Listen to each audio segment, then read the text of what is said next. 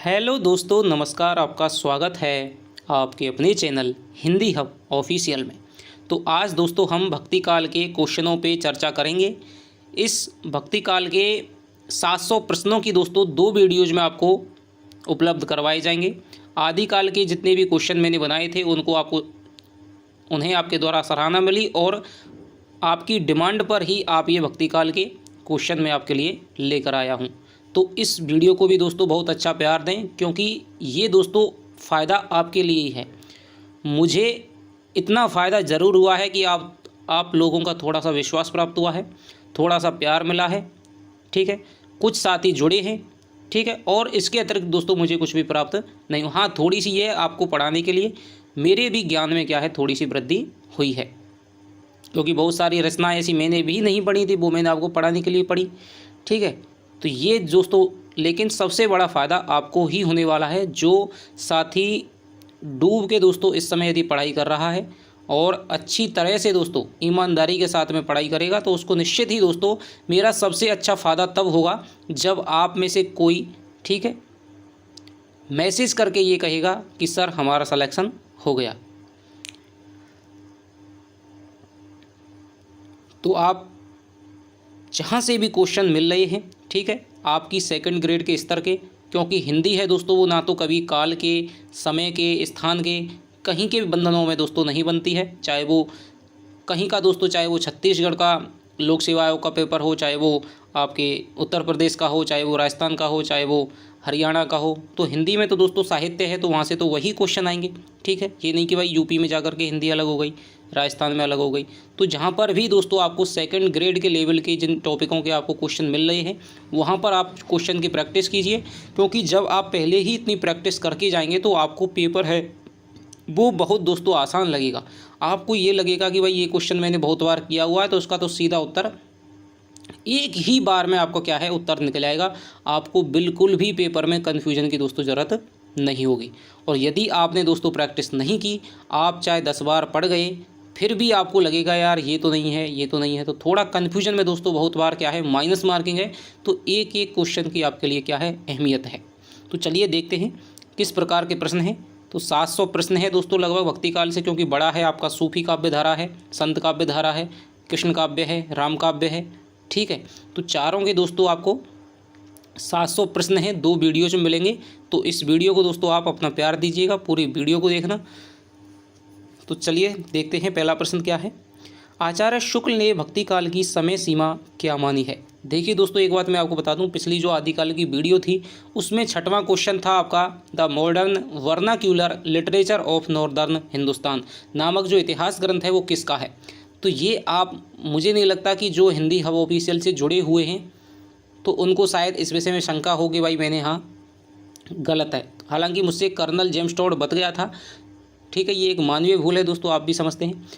तो मैंने हज़ारों बार आपको बताया है, तो आप ऐसी छोटी मोटी मिस्टेक हैं ये आपके लिए, मैं तो समझता हूँ, तो इनको आप स्वयं ही सुधार कर लीजिएगा। हाँ, किसी क्वेश्चन में यदि आपको वास्तव में कन्फ्यूज कर रहा है, ठीक है, तो आप उसे दोस्तों कमेंट में लिख करके बताएं और क्वेश्चन भी लिखें कि भाई ये क्वेश्चन है और मैं इन ऑप्शनों में क्या है कन्फ्यूज है, आप ज़रा देख करके बताइए।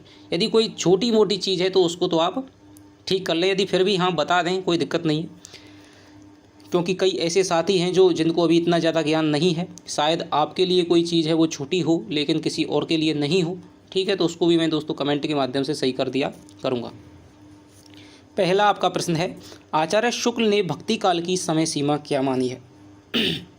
तो दोस्तों जो आचार्य शुक्ल का काल विभाजन है वो आपका बहुत ही प्रसिद्ध है, मान्य है। तो इन्होंने जो भक्ति काल की जो समय सीमा मानी है दोस्तों, वो मानी है आपके संवत 1375 से 1700 विक्रम संवत का और सन का आप ज़रूर ख्याल रखें। 1050 से 1375 तक आदिकाल की मानी है, 1375 से 1700 तक इन्होंने क्या है भक्ति काल की मानी है, और 1700 से 1900 तक इन्होंने क्या है रीतिकाल की मानी है, और 1700 के बाद 1900 के बाद में इन्होंने आपके आधुनिक काल यानी कि गद्य काल की मानी है। आगे चलते हैं। डॉक्टर नगेंद्र ने भक्ति काल की समय सीमा क्या मानी है। तो डॉक्टर नगेंद्र मानते हैं दोस्तों 1350 ईस्वी से 1650 ईस्वी। आचार्य शुक्ल ने भक्ति आंदोलन के उदय का कौन सा प्रमुख कारण इनमें से माना है। आरपीएससी 2018 में दोस्तों यही क्वेश्चन आया था, क्योंकि साहित्य दोस्तों उतना था नहीं, 10 12 15 क्वेश्चन आए थे, तो उनमें से एक क्वेश्चन ये आया था, और एक आपका चिंतामणि त्रिपाठी से जो धारा चली है वो वाला आया था। तो आचार्य शुक्ल ने दोस्तों जो भक्ति आंदोलन की जो उत्पत्ति मानी है, भक्ति काल की जो उत्पत्ति मानी है, वो मानी है कि भाई ईसाई जो इस्लामिक जो आक्रमण हुए थे उनकी प्रतिक्रिया स्वरूप है भक्ति आंदोलन की उत्पत्ति हुई थी। और वहीं जो आचार्य हजारी प्रसाद द्विवेदी हैं वो दोस्तों भक्ति आंदोलन की उत्पत्ति का कारण मानते हैं भारतीय चिंताधारा का स्वतः स्फूर्त विकास मानते हैं। स्वतः विकास मानते हैं कि जो भारत में जो भक्ति आंदोलन की उत्पत्ति हुई है वो आपके इस्लाम की वजह से नहीं, बल्कि क्या है, भारतीय चिंताधारा का स्वाभाविक विकास है। और आरपीएससी फर्स्ट ग्रेड में ये क्वेश्चन अभी आया है, ठीक है। तो ये छोटे छोटे क्वेश्चन ही दोस्तों आपको आने वाले हैं, ज़्यादा ऐसी कोई सेकंड ग्रेड की एग्ज़ाम है, बहुत आपकी बड़ी एग्ज़ाम नहीं है, ठीक है। तो ये है दोस्तों हिंदुओं की पराजित जो मनोवृत्ति है ना, उसको आचार्य शुक्ल ने क्या माना है, भक्ति आंदोलन का कारण माना है। आचार्य शुक्ल मानते हैं कि भाई इस्लामिक आक्रमण हुए, ठीक है, और यहाँ की जनता को क्या है, गुलाम बना लिया गया, निराशा हताशा छा गई, पराजित मनोवृत्ति पैदा हो गई। तो फिर उनके मन में भक्ति के लिए, भक्ति के मार्ग के सिवा और कोई भी साधन नहीं था, भक्ति को अपनाने के सिवा और कोई भी साधन नहीं था। लेकिन आचार्य हजारी प्रसाद द्विवेदी दोस्तों कहते हैं कि यदि इस्लाम की वजह से भक्ति आंदोलन की उत्पत्ति हुई है तो ये बताइए भक्ति आंदोलन की शुरुआत है वो दक्षिण में क्यों हुई, उत्तर से क्यों नहीं हुई। तो वो कहते हैं यदि भारत में इस्लाम ना आया होता तो भी भक्ति का जो स्वरूप है वो 12 आना वैसा ही होता जैसा कि आज है। तो ये दोस्तों आपके इन मतों की जो आपकी तुलना है वो आपके कॉलेज लेक्चरर के इंटरव्यू में भी पूछी जाती है कि भाई आपके भक्ति आंदोलन के विषय में आप उत्पत्ति है उसको किससे मानते हैं, किसके मत को अधिक आप प्रासंगिक मानते हैं। तो ये आपका हो गया। आलवार भक्तों का मूल स्थान कहाँ था, उत्तर भारत, पूर्वोत्तर भारत, दक्षिण भारत और महाराष्ट्र। तो आलवार भक्त थे दोस्तों दक्षिण भारत।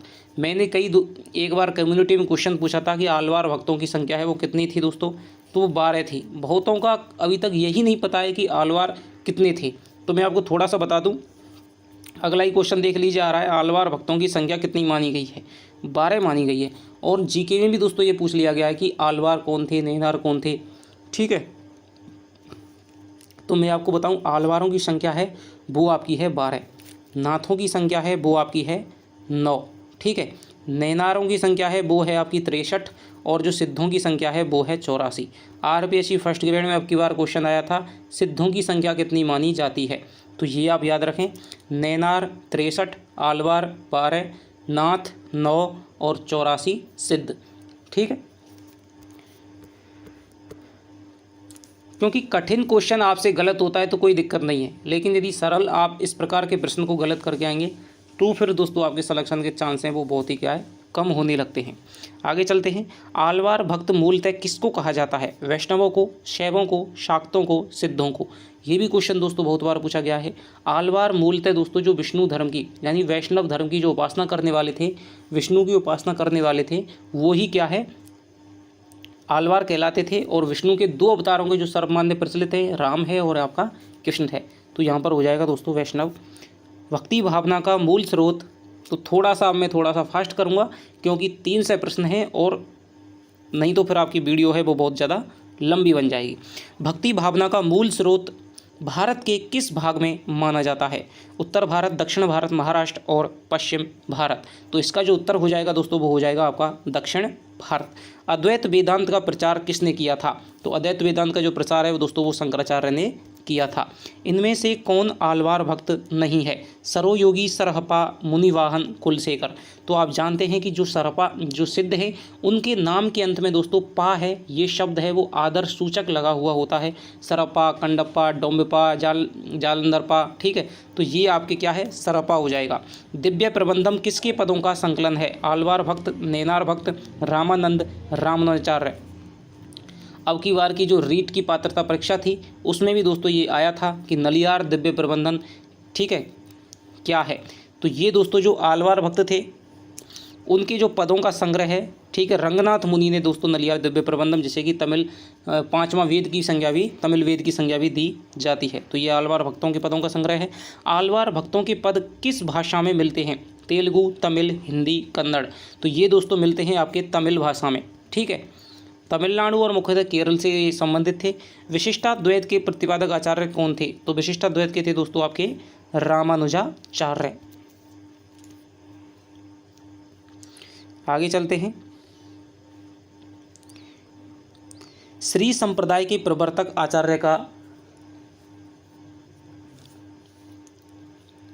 नाम बताइए। स्वामी हरिदास, रामानुजाचार्य, मध्वाचार्य, वल्लभाचार्य। तो श्री संप्रदाय है दोस्तों वो हो जाएगा आपके रामानुजाचार्य का, और इनका मत है वो है विशिष्टाद्वैतवाद मत। पुष्टि मार्ग का प्रवर्तक आचार्य कौन है? तो पुष्टि मार्ग का दोस्तों प्रवर्तक जो आचार्य हो जाएगा वो हो जाएगा आपके वल्लभाचार्य। 3 प्रकार के इन्होंने जीवन कल्पना की है। सखी संप्रदाय के प्रवर्तक कौन थे? सखी संप्रदाय के प्रवर्तक मध्वाचार्य, स्वामी हरिदास और विष्णु स्वामी निम्बार्काचार्य। तो जो सखी संप्रदाय है, जैसे कि हरिदासी संप्रदाय भी कहा जाता है, तो वो आपका स्वामी हरिदास का था। और इसे दोस्तों मिश्र बंधुओं ने इसे क्या है टट्टी संप्रदाय की भी संज्ञा दी थी, क्योंकि इसके जो मानने वाले थे, जो भी आपके क्या है अनुकरणकर्ता थे, वो क्या है वृंदावन में क्या है एक स्थान पर यमुना नदी के किनारे क्या है बांस की टट्टियों से घिरा हुआ क्या है कुटियाओं में स्थान में रहते थे। तो इसलिए उनको क्या है टट्टिया यानी कि टट्टी संप्रदाय की स्थापना वो नाम है वो मिस्र बंधुओं ने दिया था। शुद्धाद्वैत सिद्धांत के प्रतिपादक आचार्य कौन थे? तो शुद्धाद्वैत के दोस्तों माने जाएंगे आपके वल्लभाचार्य। द्वैतवाद के प्रवर्तक आचार्य कौन थे? तो ये हो जाएंगे दोस्तों आपके मध्वाचार्य। आगे चलते हैं। नरसिंह को ईश्वर का प्रमुख अवतार मानने वाले आचार्य कौन थे? तो ये हो जाएंगे आपके विष्णु स्वामी। ठीक है, विष्णु स्वामी ने क्या है नरसिंह को ईश्वर का प्रमुख अवतार माना था। द्वैतवाद के प्रवर्तक आचार्य का क्या नाम है? विष्णु स्वामी, निम्बार्काचार्य, मध्वाचार्य, वल्लभाचार्य। तो ये हो जाएंगे दोस्तों द्वैतवाद हो जाएगा आपका निम्बार्काचार्य का। वल्लभाचार्य तो आपको ये दोस्तों ये सारे कौन कौन सा संप्रदाय है पता होना चाहिए, और सबके आपको मत पता होना चाहिए। पुष्टि मार्ग किसका है, ठीक है। यहाँ से आपका क्वेश्चन निश्चित रूप से आना है, ध्यान रखना। वल्लभाचार्य के पुत्र का नाम क्या था? तो वल्लभाचार्य के दोस्तों पुत्र का नाम था आपका गोस्वामी विट्ठलनाथ। ठीक है। पुष्टि मार्ग का संबंध किस दार्शनिक मत से है? पुष्टि मार्ग का हो जाएगा दोस्तों आपके शुद्धाद्वैतवाद मत से। नाथ पंथ एवं संत काव्य के बीच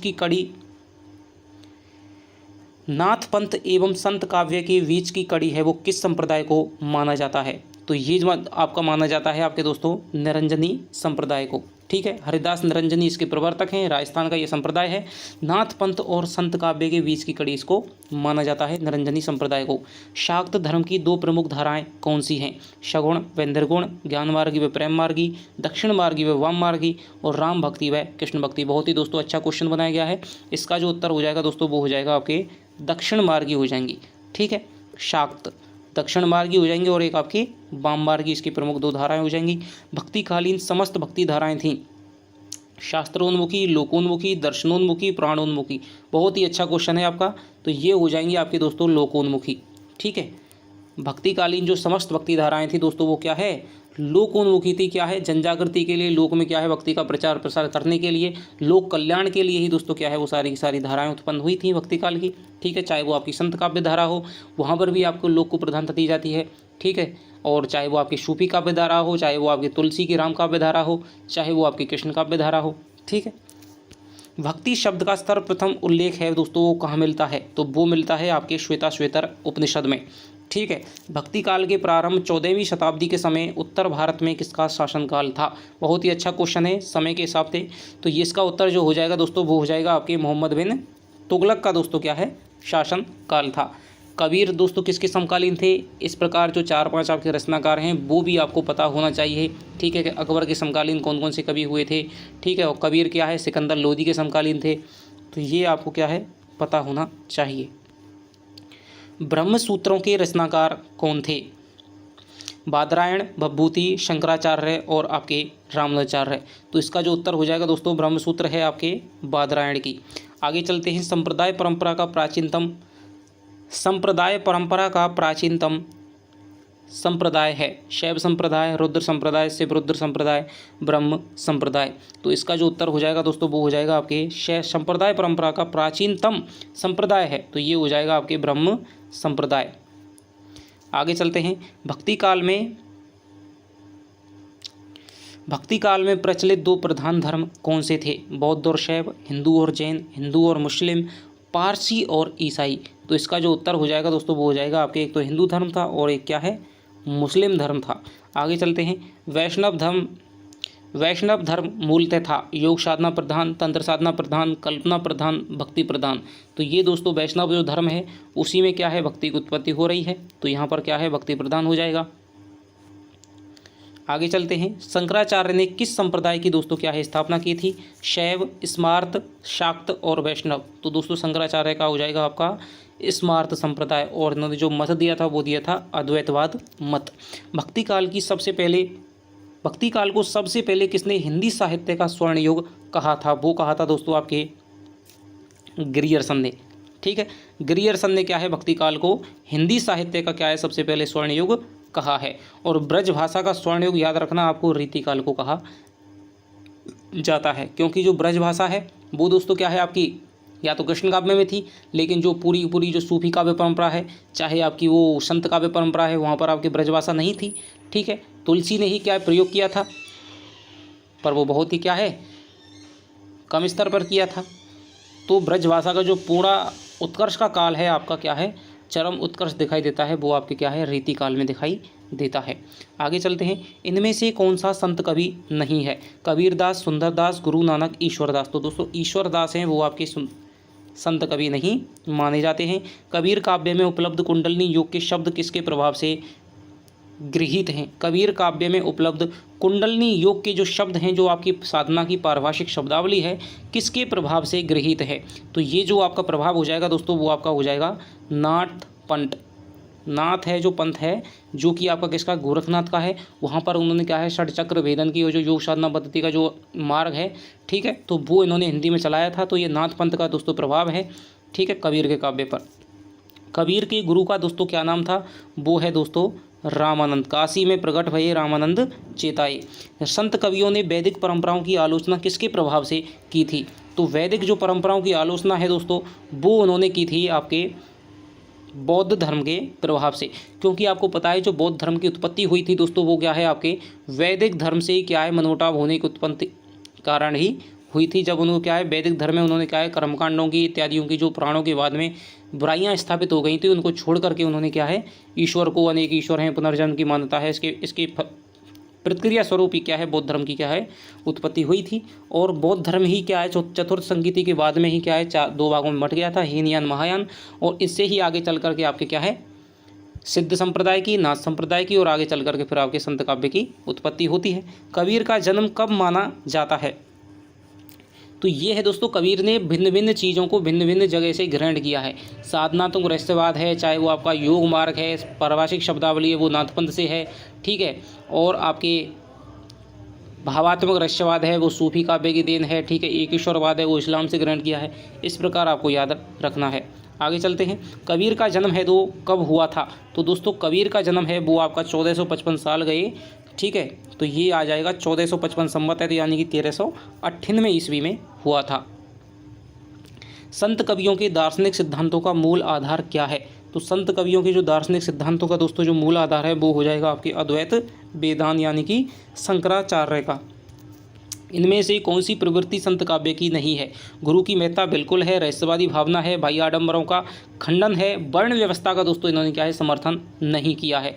तो ये हो जाएगा, इसका उत्तर हो जाएगा, इनमें से कौन सा शब्द संत काव्य से संबंधित नहीं है? कुंडलिनी योग हो जाएगा, नाद बिंदु, सहज समाधि और आपकी मारिफत। तो इसका जो उत्तर हो जाएगा दोस्तों वो हो जाएगा मारिफत। ये आपकी क्या है, तरीक़त, शरीयत, मारिफत, हकीकत, ये आपके सूफ़ी काव्य से संबंधित तत्व हैं। आगे चलते हैं, ये अवस्थाएं हैं सूफी काव्य में, जिस प्रकार के आपके यम, नियम, आसन, प्राणायाम, प्रत्याहार, धारणा, ध्यान, समाधि आपके पातंजलि अष्टयोग में बताया गया है कि भाई सबसे पहले तो इसी प्रकार की ये भी क्या है, अवस्थाएं हैं कि भाई सबसे पहले क्या है, इस अवस्था पहुँचेगा साधक, फिर उसके बाद में इस पर, फिर उसके बाद में हकीकत, ठीक है, तो फिर ऐसे हैं ये अवस्थाएं मानी जाती हैं सूफी काव्य में, सूफी साधना पद्धति में। बीजक में किस कवि की रचनाएं संकलित हैं? तो बीजक में आप सभी जानते हैं, कबीरदास की है, साखी, सबद, रमेनी। इनमें से रामानंद का शिष्य कौन नहीं है? तो दोस्तों रामानंद के आपके 12 शिष्य माने जाते हैं। कबीर हैं, धन्ना हैं, पीपा हैं, लेकिन चतुर्भुज दास नहीं हैं, ठीक है। चतुर्भुज दास किसके शिष्य हैं? विट्ठल नाथ के। रामानंद का समय इनमें से क्या है? तो रामानंद का जो समय है दोस्तों वो हो जाएगा आपके 1368 से 1468 ईस्वी, ठीक है। 1368 यानी कि कबीर से पहले, 1398 में कबीर का हुआ है, तो यहाँ पर एक ही समय है ऐसा, ठीक है, क्योंकि यदि 1250 से 1325 है तो दोस्तों कबीर तो फिर 1398 में जन्म रहे हैं। तो आप थोड़ा सा यदि आप समझ से भी करते हैं तो बहुत सारे उत्तर तो समझ से निकल आते हैं। राघवानंद जी किस प्रमुख व्यक्ति के गुरु थे? तो राघवानंद हैं दोस्तों, वो आपके किसके गुरु थे? रामानंद के गुरु थे, ठीक है। राघवानंद किसके गुरु थे? रामानंद के। और रामानंद किसके गुरु थे? कबीर के। और भी 11 भी थे, ठीक है। सिद्धांत पंचमात्रा ग्रंथ के रचयिता कौन है? तो ये दोस्तों हो जाएंगे आपके राघवानंद। गुरु नानक का जन्म किस सन में हुआ था? तो दोस्तों इनका जन्म हुआ था, वो हुआ था आपके 1469 में, ठीक है। पाकिस्तान में क्या है, पंजाब में तलवंडी नामक स्थान पड़ता है लाहौर के पास में, तो वहाँ पर इनका क्या है जन्म हुआ था 1469 ईस्वी में। हरड़े वाणी के रचयिता कौन माने जाते हैं? गुरु नानक, दादू दयाल, मलुक दास और रैदास। तो इसका जो उत्तर हो जाएगा दोस्तों वो हो जाएगा आपके दादू दयाल। समाधि जोग ग्रंथ किस संत कवि की रचना है? तो इसका हो जाएगा दोस्तों आपके हरिदास निरंजनी, ठीक है। समाधि जो जोग है दोस्तों वो आपकी किसकी है? हरिदास निरंजनी की रचना है। सुंदर ग्रंथावली का संकलन किसने किया? श्याम सुंदर दास ने, रामचंद्र शुक्ल ने, पुरोहित हरिनारायण शर्मा ने और गोविंद रजनीश ने। तो इसका जो उत्तर हो जाएगा दोस्तों पुरोहित हरिनारायण शर्मा हो जाएगा। सुंदर ग्रंथावली का संकलन है वो आपके हरिनारायण शर्मा ने किया था। सुखमणि के रचयिता कौन है? तो सुखमणि के जो रचयिता हो जाएंगे वो हो जाएंगे आपके गुरु अर्जुन देव, जिन्होंने कि आपका क्या है गुरु ग्रंथ साहिब का क्या है संकलन किया था। सिखों के 5वें गुरु थे। आगे चलते हैं, गुरु अर्जुन देव के कितने पद गुरु ग्रंथ साहिब में संकलित हैं? तो ये हो जाएगा दोस्तों लगभग आपके 6000 पद हैं इनके गुरु ग्रंथ साहिब में संकलित हैं। और आपको याद रखना है कबीर के भी पद मिलते हैं, रैदास के भी पद मिलते हैं, संत कवियों के पद मिलते हैं, मीरा के भी पद मिलते हैं, ठीक है। लेकिन दोस्तों ध्यान रखना तुलसीदास के पद हैं इसमें नहीं मिलते हैं, ठीक है। तुलसीदास के पद नहीं मिलते हैं इसमें। असादीवार, सोहिला, रहीराज, जपू जी किस कवि की रचनाएं हैं? तो ये दोस्तों आपके गुरु नानक की हो जाएंगी। असादीवार, सोहिला, रहीराज, जपू जी तो ये आपके हो जाएंगे गुरु नानक की। इन सिख गुरुओं में सबसे अच्छे कवि कौन थे? गुरु नानक, गुरु अर्जुन देव, गुरु अंगद और गुरु रामदास। तो आप जानते हैं सबसे अच्छे गुरु कौन थे? गुरु अर्जुन देव, ठीक है। हालांकि सबसे नाम आपका पता है गुरु नानक का आता है, लेकिन सिख गुरुओं में सबसे अच्छे कवि कौन थे? गुरु अर्जुन देव थे। आगे चलते हैं, सुखमणि, बावन आखरी, बारहमासा किस कवि की रचनाओं के नाम हैं? सुखमणि, बावन आखरी, बारहमासा किस कवि की रचनाओं के नाम हैं? गुरु अंगद, गुरु नानक, गुरु अर्जुन देव और बाबा लालदास। तो इसका जो उत्तर हो जाएगा दोस्तों वो हो जाएगा आपके सुखमणि, हमने ऊपर देखा था अभी, गुरु अर्जुन देव की रचना है। बावन आखरी, बारहमासा, ठीक है। आगे चलते हैं, काहे रे नलनी तू कुमलानी, यह पंक्ति किसकी है? तेरे ही नाल सरोवर पानी। तो ये हो जाएगी दोस्तों आपके कबीरदास की। ढाई आखर प्रेम के पढ़े सो पंडित हो, पंक्ति किस कवि की है? तो ये भी दोस्तों कबीरदास की हो जाएगी।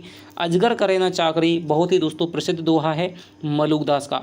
अजगर करे ना चाकरी, पंछी करे ना काम, और दास मलुका कह गए, सबके दाता राम। तो ये हो जाएगा आपके मलुका दास की। और आचार्य शुक्ल ने कबीर की भाषा को क्या नाम दिया है? तो आचार्य शुक्ल ने दोस्तों जो नाम दिया है वो दिया है आपके सदोकड़ी भाषा। दोस्तों आचार्य शुक्ल ने इनकी भाषा को कहा है, जबकि जो श्याम सुंदर दास हैं उन्होंने पंचमेल खिचड़ी कहा है, और जो हजारी प्रसाद द्विवेदी हैं उन्होंने कबीर को वाणी का तानाशाह यानी कि भाषा का डिक्टेटर की संज्ञा है वो दी है। और देख लीजिए क्वेश्चन यहीं आ जाता है, बहुत ही प्रसिद्ध है। आ करके दोस्तों क्वेश्चनों में ये क्या है घिस गया है। वाणी का डिक्टेटर किस समीक्षक ने कहा है? तो ये दोस्तों वाणी का जो डिक्टेटर है वो कहा है आपके HP द्विवेदी ने। आगे चलते हैं, साखी शबद रमैनी किसकी रचनाएं हैं? तो ये दोस्तों वही कबीर की रचना है बीजक में। बीजक का क्या है 1464 में धर्मदास ने दोस्तों किया था इसका संकलन। साखी का मूल तत्सम शब्द क्या है? तो ये आपको याद रखना है, बहुत ही अच्छा क्वेश्चन है, ठीक है। लगता सरल है लेकिन साखी का जो मूल दोस्तों तत्सम शब्द है वो हो जाएगा साक्षी, ठीक है। क्योंकि जो तद्भव में दोस्तों जितने भी क्या है जैसे पक्ष है, ठीक है, वो पख बन जाएगा। क्षय का क्या है क्षय हो जाता है, ये आपको याद रखना है। तो साखी का हो जाएगा आपके साक्षी। आगे चलते हैं, संत काव्य में किस रस की प्रधानता दोस्तों मिलती है? तो संत काव्य में आप जानते हैं संत में शांत रस की प्रधानता मिलती है। कबीर की उलटवासियों में कौन सा रस प्रमुख है? वियोग श्रृंगार दोस्तों यहाँ पर रस है वो प्रमुख है। नहीं दोस्तों, कबीर के जो पद हैं वहाँ पर आपका जैसे आपके दुल्हनी गावो मंगलाचार हमारे घर, जहाँ पर विरह की प्रधानता मिलती है, जहाँ पर वो क्या है अपने दाम्पत्य प्रेम का क्या है रति भाव के साथ में आत्मनिवेदन करते हुए प्रतीत होते हैं, तो वहाँ पर तो वियोग श्रृंगार है। लेकिन दोस्तों जो उलट बांसियाँ हैं, ठीक है, उलटियाँ की ठाड़ा सिंह चरावे गाई, ठीक है, तो ये है जैसे ऊपर है वो, तो जो उलट बांसियाँ जिनका क्या है उल्टा अर्थ निकलता है, तो वहाँ पर दोस्तों क्या है आश्चर्य होता है, तो वहाँ पर अद्भुत रस की प्रधानता है वो मिलती है, ठीक है, ये आपको याद रखना है।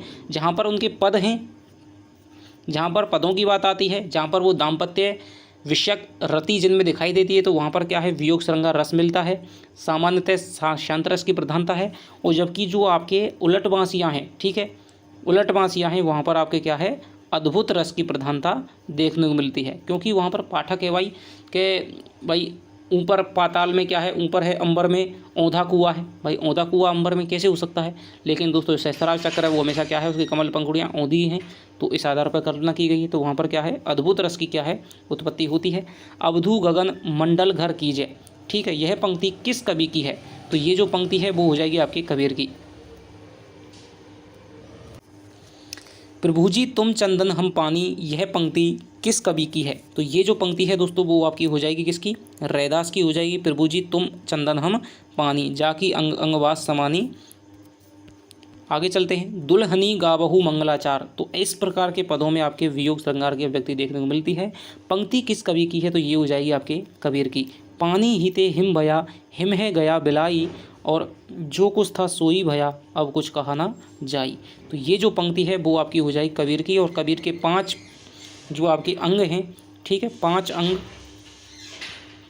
अंग और आपके 10 पद लगे हुए हैं, ठीक है, वहीं पर इन 5 अंगों में ये आ जाती है पानी ही ते हिम गया, हिम है गया बिलाई, तो ये हो जाएगा आपके कबीरदास। गुरु नानक का जन्म है वो कहाँ पर हुआ था, ठीक है। अब दोस्तों जन्म काल के और आपके किस स्थान पर जन्म हो रहा है, वहाँ से भी आपके क्या है क्वेश्चन पूछने का ट्रेंड आपका बन चुका है, तो आपको याद रखना है, ये बहुत ज़्यादा पूछा है। तलवंडी दोस्तों पाकिस्तान में तलवंडी में हुआ था, ठीक है। आगे चलते हैं 68 में, श्रृंगार रस के घोर विरोधी कौन से संत कवि थे, तो ये आप जानते हैं बहुत ही अच्छा क्वेश्चन है दोस्तों। श्रृंगार रस के घोर विरोधी हो जाएंगे आपके सुंदरदास, ठीक है। सुंदरदास दोस्तों सर्वाधिक शास्त्रज्ञ कवि थे, संत कवियों में सर्वाधिक पढ़े लिखे, ठीक है, सुशिक्षित कवि थे, और अपने नाम के अनुरूप ये क्या है बहुत ही सुंदर थे। सुंदर विलास के रचयिता कौन थे, तो ये हो जाएंगे आपके दोस्तों आपके सुंदर विलास सुंदरदास की रचना है। इन संत कवियों में सर्वाधिक शिक्षित कवि कौन थे, तो ये दोस्तों सुंदरदास है। यहाँ से 2-3 क्वेश्चन ही बनते हैं कि सुंदरदास सर्वाधिक शिक्षित थे, सुशिक्षित थे, और श्रृंगार रस के घोर विरोधी माने जाते हैं। आगे चलते हैं, सगुणोपासक भक्त भगवान के सगुण और निर्गुण दोनों रूप मानता है, पर भक्ति के लिए सगुण रूप ही स्वीकार करता है, निर्गुण रूप ज्ञान मार्गियों के लिए छोड़ देता है। यह कथन किस आलोचक का है, तो ये जो दोस्तों कथन है वो आपके आचार्य शुक्ल का है, ठीक है। सगुण भक्त है वो भगवान के क्या है सगुण, और सगुणोपासक भक्त भगवान के सगुण और निर्गुण दोनों रूप मानता है, पर भक्ति के लिए सगुण रूप ही स्वीकार करता है, निर्गुण रूप को ज्ञान मार्गियों के लिए छोड़ देता है। यह कथन दोस्तों आपके आचार्य रामचंद्र शुक्ल का है। आगे चलते हैं, कबीर तथा अन्य निर्गुणपंथी संतों के द्वारा अंतः साधना में रागात्मिका भक्ति और ज्ञान का योग तो हुआ, पर कर्म की दशा वही रही जो नाथपंथियों के यहाँ पर थी। यह कथन किसका है, तो ये कथन दोस्तों आपके आचार्य शुक्ल का हो जाएगा। आगे चलते हैं, नामदेव का संबंध है वो किस प्रवृत्ति से है, सगुणोपासना, निर्गुणोपासना, नाथपंथ, सगुणोपासना एवं निर्गुणोपासना। तो जो नाथपंथ है वो आपके सगुणोपासक भी थे और आपके निर्गुणोपासक भी थे, ठीक है। ये आपके महाराष्ट्र हैं, और इन्हीं से दोस्तों क्या है, इन्हीं को क्या है भक्ति काल का प्रथम कवि माना जाता है। हालांकि विद्वानों में मतभेद हैं, ठीक है। तो सगुणोपासक भक्ति भी करते थे, और ये निर्गुण की भी क्या है बाद में भक्ति करने लग गए थे, ठीक है। इनके पदों को क्या है अभंग कहा जाता है। विठोबा का भक्त किसे माना जाता है, तो विठोबा दोस्तों ये माना जाता है आपके नामदेव को, ठीक है। इसीलिए इनको क्या है सगुण माना जाता था, बाद में ये क्या है निर्गुण की उपासना करने लग गए। और इन्होंने क्या है जैसे सुई है, धागा है, ठीक है, इनके मन से क्या है इन्होंने क्या है भक्ति के जो रहस्य हैं उनका उद्घाटन किया है। विठोबा का भक्त किसे माना जाता है, तो विठोबा का जो भक्त है वो आपके नामदेव हो जाएंगे। भक्तमाल के अनुसार रामानंद के कितने शिष्य थे, तो भक्तमाल के अनुसार है दोस्तों वो आपके भक्तमाल के अनुसार रामानंद के कितने शिष्य थे, तो भक्तमाल के अनुसार आपके 12 शिष्यों को दोस्तों क्या है, दोहे में उन्होंने गिनाया है। गहना एक कनकते गहना, इनमें है भावना दूजा। इस पंक्ति में कबीर किस दर्शन का प्रतिपादन कर रहे हैं? वेदांत, नाथपंथ, बौद्ध मत, हठ योग। तो इसमें दोस्तों इन्होंने प्रतिपादन किया है वेदांत का। गहना एक कनकते गहना, इनमें भावना दूजा की, इनमें क्या है, दूसरा भाव नहीं है। ठीक है, आगे चलते हैं। कबीर पंथ का निर्माण इनमें से किस सिद्धांत से हुआ है? भारतीय ब्रह्मवाद बिल्कुल हुआ है, सूफियों का भावात्मक रहस्यवाद, और वैष्णवों का अहिंसावाद और प्रपत्तिवाद, उपर्युक्त सभी। तो ये दोस्तों उपर्युक्त सभी से हुआ है। कबीर काव्य में उपलब्ध अहिंसा का तत्व है वो किस संप्रदाय की देन है? तो ये दोस्तों आपका अहिंसा का जो तत्व है वो हो जाएगा आपके वैष्णव संप्रदाय की देन। याद रखना, जैन संप्रदाय मत कराना, वैष्णव संप्रदाय की देन है आपका अहिंसा का तत्व। ठीक है, जैन संप्रदाय में भी वैष्णव संप्रदाय से ही ग्रहण किया गया है। कबीर में उपलब्ध ज्ञान मार्ग की बातें आचार्य शुक्ल के अनुसार कहाँ से ली गई हैं? कबीर में उपलब्ध ज्ञान मार्ग की बातें आचार्य शुक्ल के अनुसार कहाँ से ली गई हैं?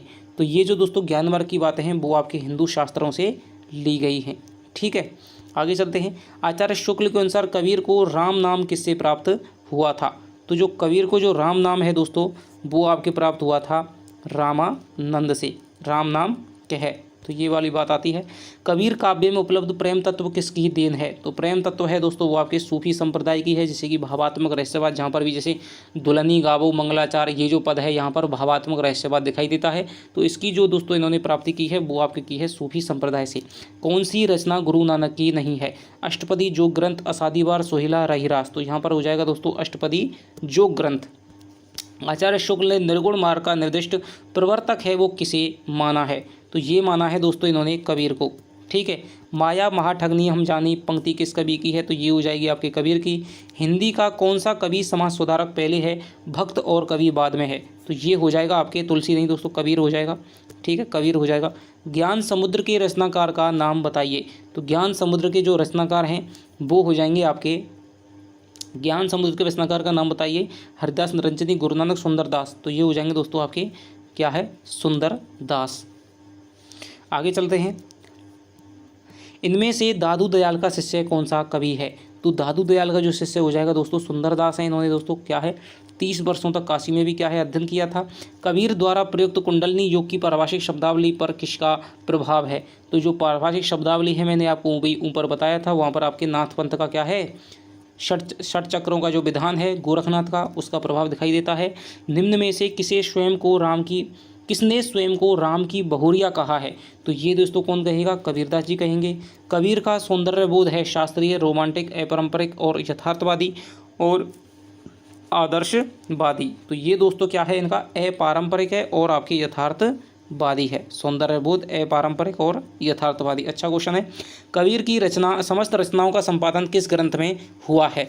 तो कबीर की जो समस्त रचनाएं हैं दोस्तों वो आपके बीजक में संकलित हैं, साखी, सबद और रमैनी के नाम से।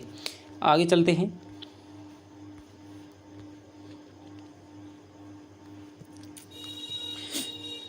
कबीर विरचित दुल्हनी गावो मंगलाचार, हमारे घर आए हो राम राजा भरतार जैसे पद किस श्रेणी में रखे जा सकते हैं? श्रृंगार रस, लोकोचार संबंधी ज्ञान, परंपरा पोषक, भावात्मक रहस्यवाद। तो मैंने अभी आपको बताया था ये जो हैं दोस्तों आपके भावात्मक रहस्यवाद है, जो कि आपके सूफी कवियों की देन मानी जाती है कबीर को। कबीर परिचय के लेखक कौन हैं? तो दोस्तों ये हो जाएंगे आपके अनंतदास।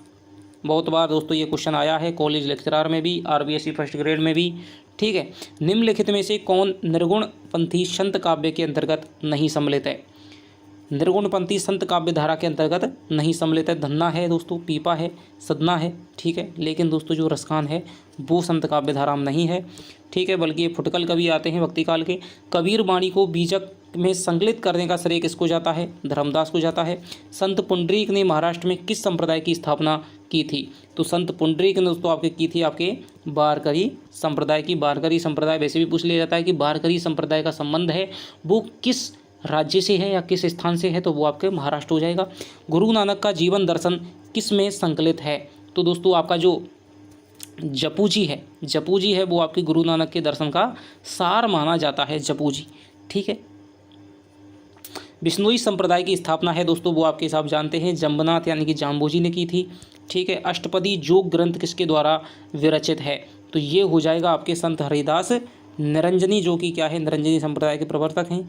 ठीक है, अष्टपदी योग है हरिदास निरंजनी। संत दादू दयाल की रचनाओं का प्रमाणिक संकलन दादू दयाल निम्न में से किसके द्वारा संपादित ग्रंथ है? तो वो हो जाएगा दोस्तों आपके परशुराम चतुर्वेदी। याद रखना, परशुराम चतुर्वेदी ने दादू दयाल की रचनाओं का जो प्रमाणिक संकलन है वो दादू दयाल नाम से ही निकाला है, संपादित किया है। भक्तमाल के रचयिता कौन हो जाएंगे? आप जानते हैं नावादास हो जाएंगे दोस्तों 1585 के लगभग। गुरु नानक की वाणियों का संग्रह कौन सा है? बीजक में, 84 वैष्णवन की वार्ता में, आदि ग्रंथ में और भक्तमाल में। तो आप बताइए 102 का जो उत्तर हो जाएगा वो हो जाएगा आपके आदि ग्रंथ में दोस्तों क्या है, इनकी वाणियों का संग्रह मिलता है। आगे चलते हैं, 133वां क्वेश्चन है, कबीर की भक्ति के 3 आधार बिंदु निम्नलिखित में से कौन से हैं? ठीक है, बहुत ही अच्छा क्वेश्चन है। आत्मा परमात्मा माया, नाम गुरु प्रेम, सामाजिक सुधार, नवनिर्माण और विकास, जीव जगत और माया। तो दोस्तों बहुत ही आपका अच्छा प्रश्न है। इसका जो उत्तर हो जाएगा वो हो जाएगा आपके नाम गुरु और प्रेम। ठीक है, नाम स्मरण पर कबीर हैं बराबर दोस्तों बल देते हैं। ठीक है, गुरु को महत्व देते हैं और ये प्रेम को आवश्यक भक्ति में मानते हैं। आगे चलते हैं।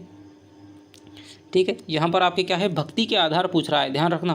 क्वेश्चन भी दोस्तों बदल के आ सकता है। भक्ति के आधार पूछ रहा है तो भक्ति में नाम को, गुरु की महिमा को, जब आप कबीर के जो 5 खंड आगे के लगे हुए हैं जब आप उनको पढ़ लेंगे तब आपको इन तीनों के बारे में है दोस्तों क्या है पता चल जाएगा कि ये प्रेम को, गुरु को, नाम को बहुत ज़्यादा ही महत्व देते हैं भक्ति के लिए और मोक्ष की प्राप्ति के लिए। आगे चलेगा, रहीमदास जी का वास्तविक नाम था। रहीमदास जी का वास्तविक नाम क्या था? तो वो था दोस्तों अब्दुल रहीम खाने खाना। रज्जब किसके शिष्य थे? तो रज्जब थे दोस्तों आपके दादू दयाल के। ठीक है, रज्जब ने दादू की रचनाओं का संपादन है वो किस नाम से किया था? तो ये किया था दोस्तों आपके किस नाम से? अंगवधू के नाम से। ये की बार फर्स्ट ईवेंट में पूछ लिया गया था, अंगवधू है वो किसकी रचना है? ठीक है, तो वो आपके दादू दयाल की हो जाएगी दोस्तों। नामदेव जी की भक्ति किस प्रकार की थी? तो नामदेव हैं, मैंने आपको बताया था, नामदेव जी की जो भक्ति है वो आपके सगुण और दोस्तों निर्गुण दोनों प्रकार की थी।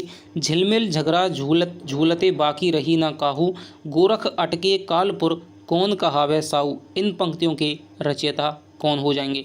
तो इन पंक्तियों के दोस्तों कबीरदास जी हो जाएंगे। गोरख शब्द देख करके गोरखनाथ मत कर देना। झिलमिल झगड़ा झूलते बाकी रही ना काऊ और गोरख अटके कालपुर कौन कहावे साऊ। तो ये हो जाएगा दोस्तों आपके कबीरदास। निर्गुण राम जपौरे भाई। तो भाई जहाँ साधो संतो अवगत की गतु लखीना जाई। तो ये हो जाएंगे दोस्तों आपके कबीरदास जी। कबीर कहानी राखी नहीं वर्णाश्रम षट दर्शनी। बहुत ही दोस्तों अच्छा क्वेश्चन है आपको फंसाने वाला।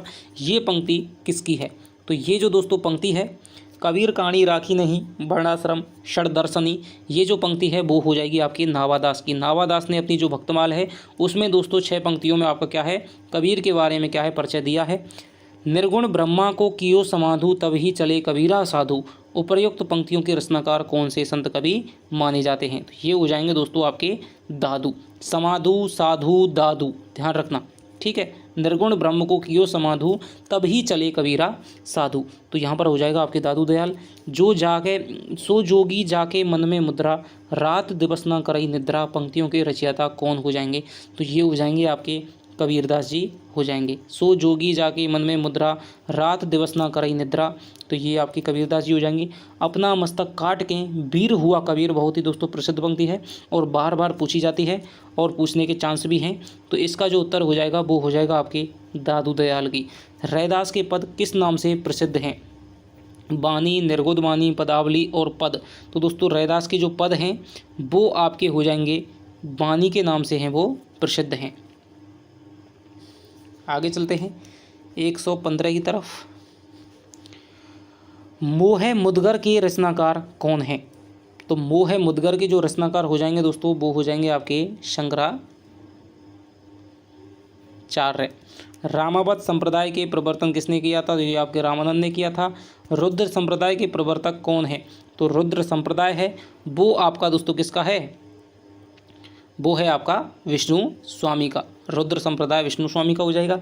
ब्रह्म संप्रदाय का प्रवर्तन है वो किसने किया था, तो ब्रह्म संप्रदाय का प्रवर्तन आपका कौन है, मध्वाचार्य हो जाएंगे। ठीक है। सनकादि संप्रदाय के प्रवर्तक कौन है, तो सनकादि संप्रदाय के प्रवर्तक हो जाएंगे आपके निम्बार्काचार्य। ठीक है। कृष्ण भक्ति का संप्रदाय है। भक्ति के आद्य आचार्य कौन थे, वाल्मीकि, रामानुजाचार्य, हरिदास और आपके रामानंद।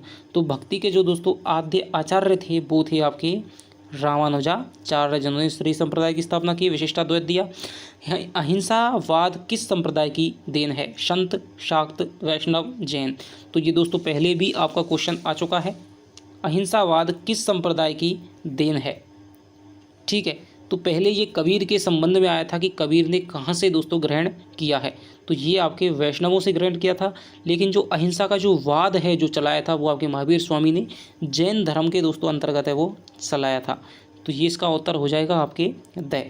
भक्ति काल को स्वर्ण युग क्यों माना जाता है, इस काल में साहित्य ज़्यादा रचा गया, नहीं। इस काल के 4 बड़े कवि हुए, ये भी नहीं। इस काल के साहित्य में निहित समन्वय की भावना, इसमें अनेक संत कवियों ने धर्म का प्रचार किया, नहीं दोस्तों। इसका उत्तर हो जाएगा आपके इस काल में जो समन्वय की जो भावना है दोस्तों, भक्ति काल में जाति पाति में समन्वय है, धर्मों में समन्वय हो गया। ठीक है। ऊंचे बड़े में हो गया, गरीब में हो गया, अमीर में हो गया। तो ये जो समन्वय है, ठीक है, यही दोस्तों भक्ति काल, चाहे वो आपके संत कबीर हों, चाहे वो संत कवि हों, चाहे वो आपके गोस्वामी तुलसीदास हों। और आचार्य हजारी प्रसाद द्विवेदी ने कहा है कि तुलसीदास वो लोकनायक थे क्योंकि समन्वय की विराट चेष्टा के वो कवि थे। तो ये हो जाएगा। निम्नलिखित संत कवियों का सही कालानुक्रम का क्या है विकल्प दोस्तों। कई बार क्या है, जैसे कि आपके 4-5 सूफी कवियों का कालक्रम पूछा जाता है और भक्ति काव्य से पूछा जाता है। ठीक है। और आपका सिद्धों से पूछा जाता है। ठीक है। ज़्यादा यदि कठिन देगा तो सिद्धों से पूछ लेगा। फिर आकर के आपके रीतिकाल में 4-5 कवि हैं, जैसे कि मतीराम है, भूषण है, जसवंत सिंह है, पद्माकर है। ठीक है। भिखारीदास है, इनका 4-5 का आपका कालक्रम पूछा जाता है। केशवदास है, बिहारी है, देव है, इनका पूछा जाता है। और आपके फिर आधुनिक काल में आकर के आपके चारों छायावाद के कवियों का पूछ लेगा। ठीक है। चाहे फिर आपके अयोध्या सिंह उपाध्याय, हरिओ श्रीधर पाठक, ठीक है, भारतेंदु वगैरह, इनका भी पूछ लेता है 4-5 का। तो ये यहाँ से आपके क्या है कालक्रम पूछे जाते हैं। लेकिन आपको इतना ज़्यादा हर कवि का रटने की कोई ज़रूरत नहीं है। मुख्य मुख्य जो कवि हैं, प्रेमचंद है, जयशंकर प्रसाद है, मैथिलीशरण गुप्त है, इनकी आपको क्या है पता होना चाहिए। यदि 4 दे रखें, यदि आपको 2 इनकी भी आपको पता है तो फिर भी आपके क्या है क्वेश्चन को सही कर सकते हैं। तो निम्न संत कवियों का सही कालानुक्रम क्या है, तो ये हो जाएगा दोस्तों आपके अक्षरान्य, सुंदरदास, मलुकदास, दादू। दादू, सुंदरदास, तो सबसे पहले तो दादू हो जाएंगे। ठीक है। दादू हो जाएंगे, फिर आपके मलुकदास हो जाएंगे। ठीक है। और फिर सुंदरदास हो जाएंगे, अक्षर अनन्य हो जाएंगे। ठीक है। तो ये आपका हो जाएगा आपका उत्तर 123 का सेट। ये दोस्तों कड़ा इलाहाबाद के रहने वाले थे। सिद्धांत बोध के रचनाकार कौन है, तो ये हो जाएंगे आपके सिद्धांत बोध के रचनाकार कबीर, दादू, अक्षर अनन्य और रैदास।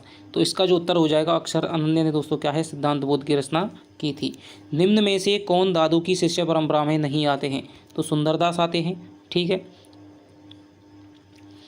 जगजीवन दास आते हैं, दूलम दास आते हैं, लेकिन जो नावादास हैं दोस्तों ये दादू के शिष्य नहीं थे। मोहम्मद बोध के रचयिता कौन है, तो मोहम्मद बोध दोस्तों रचना है, ये आपकी क्या है मोहम्मद बोध है, वो आपकी कबीरदास की ही रचना मानी जाती है। बहुत सारे ऐसे जिन्होंने इनकी बहुत सारी रचनाएं गिनाई हैं, 40 से लगभग रचनाएं गिनाई हैं। तो ठीक है, उसी में दोस्तों क्या है मोहम्मद बोध आती है। ठीक है। लेकिन इनकी मुख्यतः रचना वही हैं साखी, सबद, रमेनी। इनमें से रैदास के शिष्य माने जाते हैं। तो रैदास के जो शिष्य हैं दोस्तों वो आप जानते हैं, मीरा है वो उनका गुरु है, रैदास को मानती है। लेकिन बहुत सारे विद्वान हैं इस मत का भी क्या है खंडन करते हैं। कबीर की मृत्यु के पश्चात उनकी गद्दी है वो किसको मिली थी, तो दोस्तों ये जो मिली थी वो आपको मिली थी धर्मदास को। ठीक है। आगे चलते हैं 129 की तरफ। निम्न संत कवियों का सही कालक्रम बताइए। तो सबसे पहले दोस्तों आपके कबीर हो जाएंगे। ठीक है। कबीर के बाद में आपके रैदास हो जाएंगे। ठीक है। कबीर के बाद में आपके रैदास हो जाएंगे। ठीक है। हालांकि दोस्तों रैदास का जन्म है वो कई जगह कबीर से भी पहले दे रखा होता है, ठीक है। तो कबीरदास, रैदास, फिर उसके बाद में धर्मदास और फिर आपके नानक हो जाएगा, क्योंकि 1464 में तो इन्होंने करा ही था। तो धर्मदास का जन्म पहले ही हुआ था, नानक का जन्म 1469 में हुआ था, ठीक है। और 1398 में इनका हुआ था कबीरदास का, और रैदास का तो कई जगह 1385-86 पहले भी बता रखा है, ठीक है। लेकिन यहाँ पर रैदास ऑप्शन में है नहीं, तो कबीरदास वाला पहला ऑप्शन है वो सही हो जाएगा। नैया बिच नदिया डूबती जाए पंक्ति के रचयिता कौन है? तो ये जो पंक्ति है दोस्तों वो हो जाएंगी आपकी कबीरदास की, ठीक है। आगे चलते हैं। झरी लागे मगलिया गगन हराए के रचनाकार माने जाते हैं। झरी लागे मगलिया गगन हराए, तो ये हो जाएंगे दोस्तों आपके धर्मदास। जो नर दुख में दुख नहीं माने पंक्ति के रचयिता कौन है? तो ये जो पंक्ति के रचयिता हैं दोस्तों वो हो जाएंगे आपके रैदास। आगे चलते हैं। थावर जंगम कीट पतंग पूरी रहो हरिराई पंक्ति किसकी है? नानक की, कबीर की, मलुकदास की या फिर रैदास की? तो ये जो पंक्ति है दोस्तों वो हो जाएगी जंगम, थावर जंगम कीट पतंग पूरी रहो हरिराई नानक दास की। मुझको तू क्या ढूंढे बंदे मैं तो तेरे पास में, नामे देवल नामे मस्जिद ना काबे कैलाश में, कबीरदास की। मलुकदास का जन्म है मैंने आपको बताया था अभी कड़ा इलाहाबाद में दोस्तों इनका हुआ था। शिष्यों के कारण इनको बहुत कष्ट झेलना पड़ा था, और ये ऐसे संत कवि थे जिसने अपनी गद्दी है दोस्तों भारत से बाहर नेपाल में, अफगानिस्तान में, कांधार में, ठीक है, वहाँ पर स्थापित की थी। सुंदरदास का जन्म कहाँ पर हुआ था? तो सुंदरदास का जन्म तो दोस्तों राजस्थान का दौसा है, धौसा जिसे कहा जाता है या फिर दौसा, वहीं पर हुआ था। हिंदी संत काव्य परंपरा में हंस का प्रतीकार्थ क्या है? तो दोस्तों हिंदी संत काव्य परंपरा है, आप कबीर के पद पढ़िए, चाहे आपके दोहा पढ़िए, साखी पढ़िए, वहाँ पर जो हंस का जो प्रतीकार्थ लिया गया है वो आपके लिया गया है आत्मा से, ठीक है। कि मान सरोवर शुभग जल हंसा केल कराही और मुक्ता फल मुक्ता चुगे अब उड़ी अनथ न जाही। तो यहाँ पर क्या है? आत्मा का प्रयोग हुआ है। निम्नलिखित रचनाओं के संग्रहकर्ताओं का संगत विकल्प कौन सा है? महिला है गुरु गोविंद सिंह। असंगत विकल्प पूछ रहा है दोस्तों अंगबहादुर रज्जव की, हरडेवाणी जगजीवन दास की, बीजक धर्मदास की। तो पहला ही हो जाएगा क्योंकि महिला है, महिला जपूजी, रहीराज, सोहिला, ये तो आपके गुरु नानक की है। इनमें से अद्वैतवाद किसको प्रभावित करता है? जीव और ब्रह्म एक हैं, तो यही है दोस्तों, ठीक है। अद्वैतवाद किसको प्रतिपादित करता है? तो ये जो प्रतिपादित करता है वही जीव और ब्रह्म है, वो एक है, इनमें कोई भी द्वैतवाद यानी कि दो नहीं है बल्कि ये एक ही है। आगे चलता है। निम्न संप्रदायों को बेमेल जोड़े का चुनाव कीजिए। रामदासी संप्रदाय रामदास, सिख संप्रदाय नानक, वारकरी संप्रदाय जयनाथ, यही गलत हो जाएगा दोस्तों, ठीक है। गुरु नानक के बेटे थे श्रीचंद, इन्होंने उदासी संप्रदाय चलाया था। वारकरी संप्रदाय है, यही गलत हो जाएगा। आगे चलते हैं।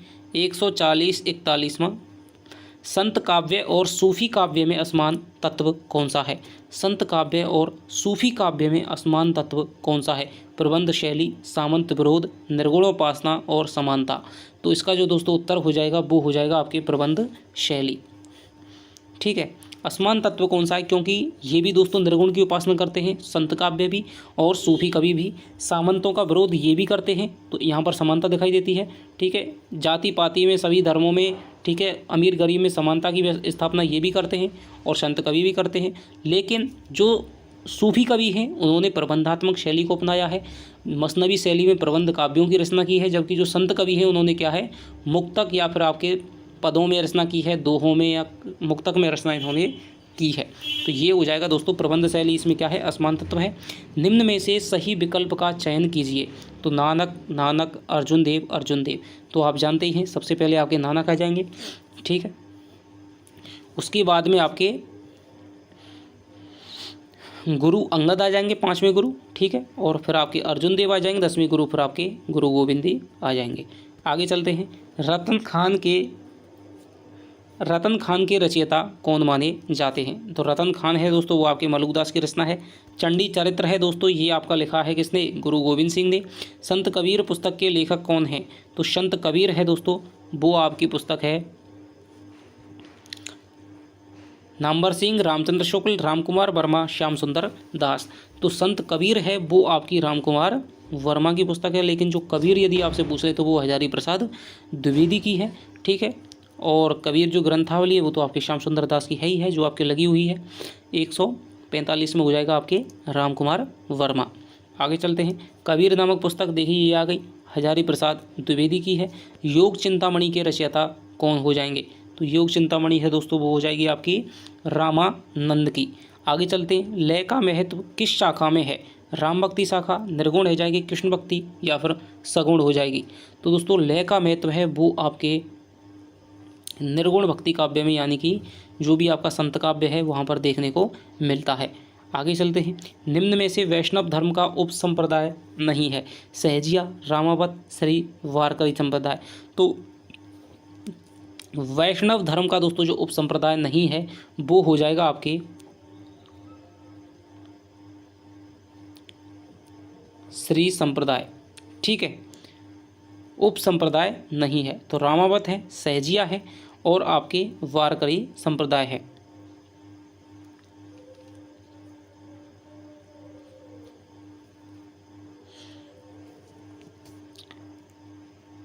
आगे चलते हैं। आपका थोड़ा सा मुझे इस क्वेश्चन में थोड़ा सा आपका दोस्तों डाउट लग रहा है, तो इस क्वेश्चन को मैं आपका कमेंट में दोस्तों पिन कर दूंगा, ठीक है, आप वहाँ पर देख लेना। कौन दसदा भक्ति का आगार समझा जाता है? तो दोस्तों दसदा भक्ति के जो आगार समझे जाते हैं वो माने जाते हैं आपके रामानंद। ठीक है, रामानंद को आगस धर्मा गुरु है, हजारी प्रसाद द्विवेदी ने कहा है। निर्गुण पंथ के संस्थापक हैं? निर्गुण पंथ के जो संस्थापक आपके माने जाते हैं वो माने जाएंगे आपके कबीरदास जी हो जाएंगे। ठीक है, हालांकि कईयों नामदेव ज्ञानदेव से नाम लिया है, लेकिन आपको आचार्य शुक्ल के अनुसार कबीरदास मानना है। निर्गुण पंथ के संस्थापक माने जाते हैं। सिखों का वह कौन सा गुरु है जो कि संत काव्य धारा का कवि था? सिखों का वह कौन सा गुरु है जो संत काव्य धारा का कवि था? तो ये आप जानते हैं, ये हो जाएंगे आपके गुरु नानक देव।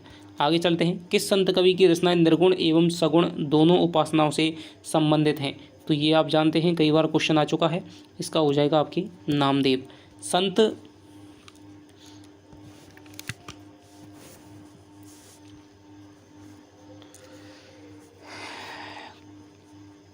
नामदेव हो गया।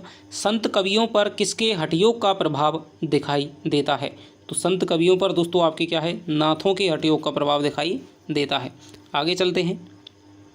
सनक संप्रदाय किसे कहा जाता है? तो सनक संप्रदाय है वो आपके कहा जाता है द्वैत को। ठीक है, सनक संप्रदाय किसे कहा जाता है? द्वैत को। ठीक है, द्वैत एक मद है निम्बार्काचार्य का। ठीक है, तो वहाँ पर क्या है इनका सनकादि संप्रदाय, सनक संप्रदाय। निरंजनी संप्रदाय का उद्गम किस संप्रदाय से माना जाता है? तो निरंजनी संप्रदाय है दोस्तों वो आपके माना जाता है नाथ संप्रदाय से, और आदिकाल वो संत मत की और जो नाथ मत की है उसके बीच की कड़ी ये माना जाता है। निरंजनी संप्रदाय का प्रमुख गढ़ राजस्थान में कहाँ पर स्थित है? जोधपुर, नागौर, जैतारण, डीडवाना।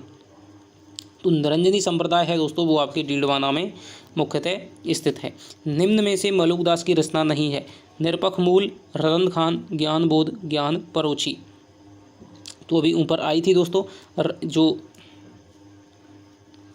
रतन खान है वो भी आपकी मलुकदास की है, ज्ञान परोची है, ज्ञान बोध है, लेकिन जो निरपख मूल है ये आपकी नहीं है। पर ब्रह्म संप्रदाय के प्रवर्तक कौन है? तो पर ब्रह्म संप्रदाय है वो आपका किसका है? ये आपका हो जाएगा आपके दादू दयाल का।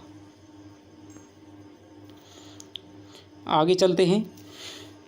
संतों के यहाँ नारी के किस रूप की कड़ी निंदा हुई है? तो दोस्तों जो कामनी रूप है उसकी यहाँ पर क्या है, कड़ी निंदा की गई है। दादू दयाल की विचारधारा किस संत से प्रभावित थी? तो दादू दयाल की जो विचारधारा है दोस्तों वो आपकी किससे थी? कबीरदास से प्रभावित थी। रैदास किसका शिष्य था? तो रैदास हैं दोस्तों या रामानंद के शिष्य थे। गोरखनाथ की शिष्य परंपरा में कौन आता है? तो गोरखनाथ की जो शिष्य परंपरा है उसमें आ जाएंगे दोस्तों आपके ज्ञान देव।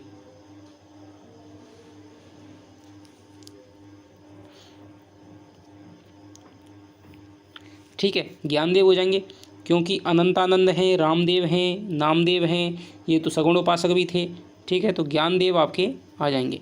आगे चलते हैं। कौन सा रामानंद का शिष्य नहीं है? तो दादू दयाल है, वो कबीर है,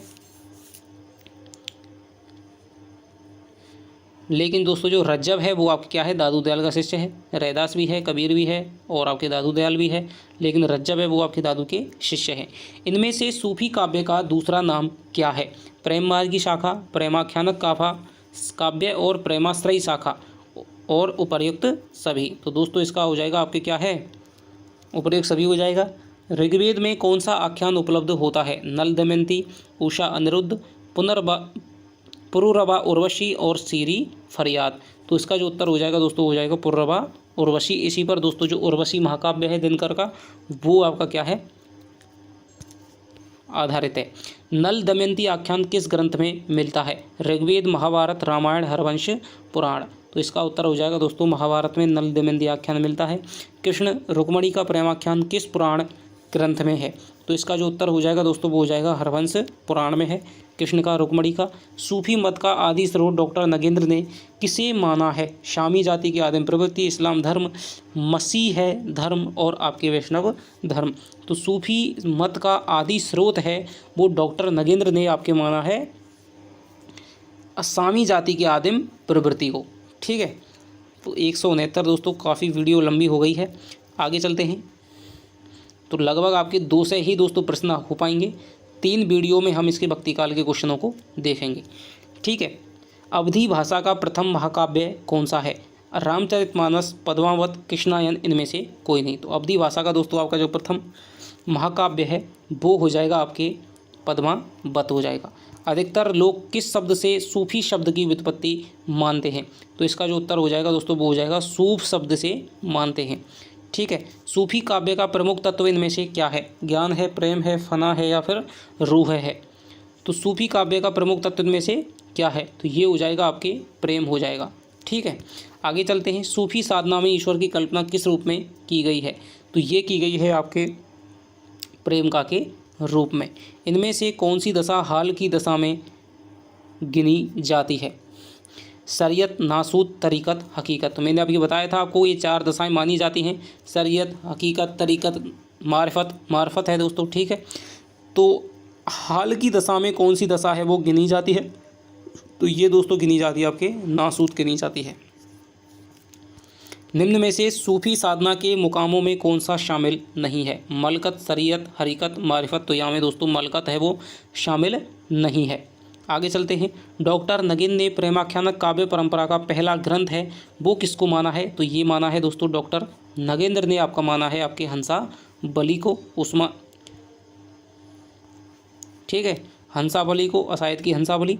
आगे चलते हैं। आचार्य शुक्ल ने किस काव्य ग्रंथ को प्रेमाख्यानक काव्य परंपरा का पहला ग्रंथ माना है? तो आचार्य शुक्ल ने आपको माना है किसको? ये माना है आपके कुतुबन की मृगावती को। सत्यवती कथाओं को माना आचार्य प्रसाद द्विवेदी ने माना है।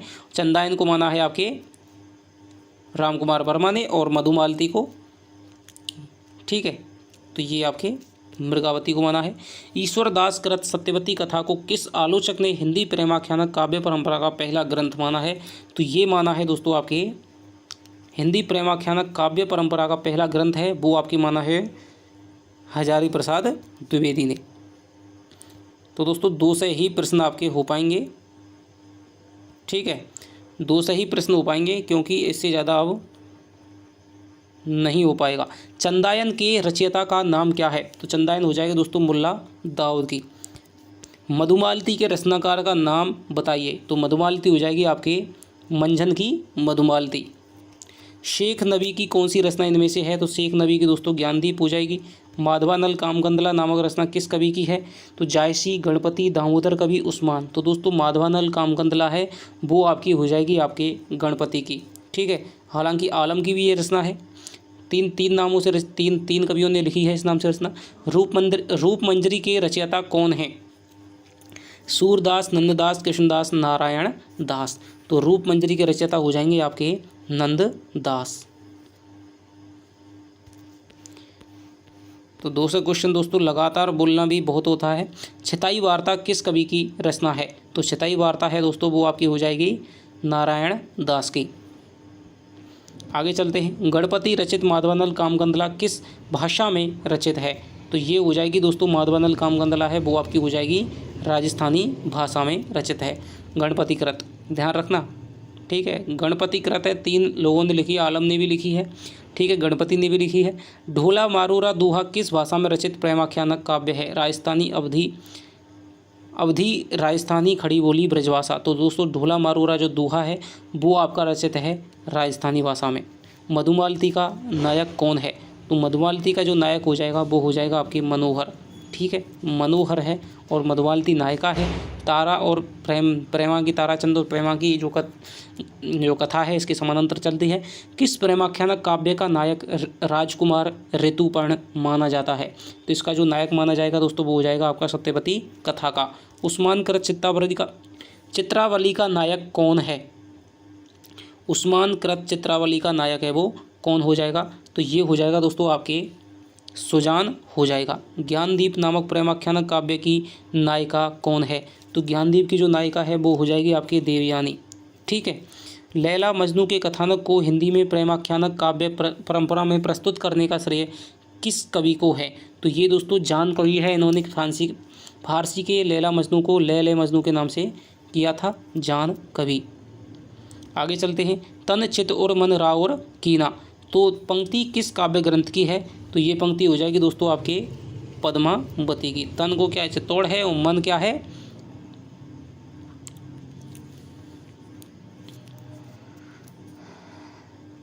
रतन शेखर कथा के आधार पर हिंदी में कौन सा ग्रंथ है वो लिखा गया है? रत्न शेखर कथा के आधार पर हिंदी में कौन सा ग्रंथ है वो लिखा गया है? तो रत्न शेखर ये हो जाएगा आपके रत्न शेखर कथा के आधार पर हिंदी में कौन सा ग्रंथ लिखा गया है? मृगावती, पद्मावत, रूपंजरी और मधुमालती। तो ये हो जाएगा आपके दोस्तों पद्मावत।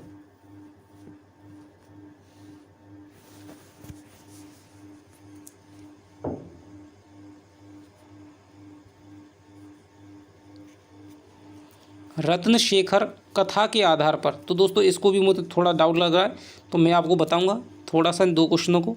ठीक है, अभी मेरी क्या है, थोड़ा सा क्या है, मैं सोया नहीं हूँ कल से बिल्कुल। ओ मन जान कवित अस्कीना, मकू यह रहे जगत में है चीना, यह पंक्ति किस कवि की है? तो इसका जो उत्तर हो जाएगा दोस्तों ओ में जान कवित अस्कीना। तो ये जो पंक्ति हो जाएगी वो हो जाएगी आपके जायसी की हो जाएगी, मलिक मोहम्मद जायसी की। इनमें से कौन सी विशेषता सूफी काव्य की नहीं है? तो रहस्यवादी भावना, हिंदू संस्कृति का चित्रण, लौकिक प्रेम के माध्यम से अलौकिक प्रेम की अभिव्यक्ति, ब्रज भाषा नहीं दोस्तों, यहाँ पर क्या है अवधी भाषा का प्रयोग इन्होंने किया है। आगे चलते हैं। उस्मान की चित्रावली में किस शाही वक्त की प्रशंसा की गई है? तो उस्मान की जो ये तो दोस्तों 195 से 196 किस जैन कवि ने अपने आत्मचरित में मधुमालती एवं मृगावती का उल्लेख किया है? तो ये दोस्तों बनारसी दास जैन हो जाएंगे। आखिरी कलाम नामक पुस्तक जायसी ने किस शासक के शासनकाल में लिखी थी? तो ये जो लिखी थी वो लिखी थी आपके बाबर के शासनकाल में। पद्मावत की अधिकतर हस्तलिखित प्रतियां किस लिपि में मिली हैं? देवनागरी, फारसी लिपि, ब्राह्मी लिपि, गुरुमुखी लिपि। तो ये जो मिली हैं वो हो जाएगी आपके फारसी लिपि में। ठीक है, फारसी लिपि में लिखी गई थी मसनवी शैली में। मोही का हसेसी की कोरई पंक्ति किस कवि की है? तो ये हो जाएगी आपकी जायसी की। ठीक है, जायसी ने शेरशाह सूरी के सामने कहा था कि मुझ पर हंसता है या फिर तू बुधाता पर हंसता है। आखिरी कलाम में किसका वर्णन है? तो दोस्तों यहाँ पर क्या है कयामत का वर्णन है। तो ये आपके 200 प्रश्न हो गए दोस्तों। थोड़ा सा क्या है, मैंने कल से क्या है बिल्कुल भी मान लीजिए बिल्कुल भी मैंने आराम नहीं किया है, तो थोड़ा सा मेरा दिमाग इस समय घूम रहा है। ठीक है, लगातार 200 प्रश्न बोल ही जाना एक वीडियो में। ठीक है, बहुत हो गया आपका। तो 3 वीडियो आपकी बना दूंगा और भक्ति काल की तीनों वीडियो में आपके क्या है 700 प्रश्न है वो आपके आ जाएंगे। तो आपको दोस्तों कैसी लगी वीडियो? जो 2 क्वेश्चन मैंने आपको बताए हैं, ठीक है, थोड़ा सा मैं आपको क्या है कमेंट में आपको उनको क्या है बता दूंगा उनका क्या उत्तर होगा। तो चलिए आपसे मिलता हूँ अगली वीडियो में, और इस वीडियो को दोस्तों आप प्यार दीजिएगा। ठीक है, ज़्यादा से ज़्यादा देखें और लाइक करिएगा। ठीक है, इस वीडियो पर हम रखते हैं दोस्तों आपके 500 लाइक का हम लक्ष्य रखते हैं, तब आपको दोस्तों भक्ति काल की अगली वीडियो मिल जाएगी। तो चलिए दोस्तों आपसे मिलता हूँ अगली वीडियो में, तब तक के लिए बाय बाय, जय हिंद, जय भारत।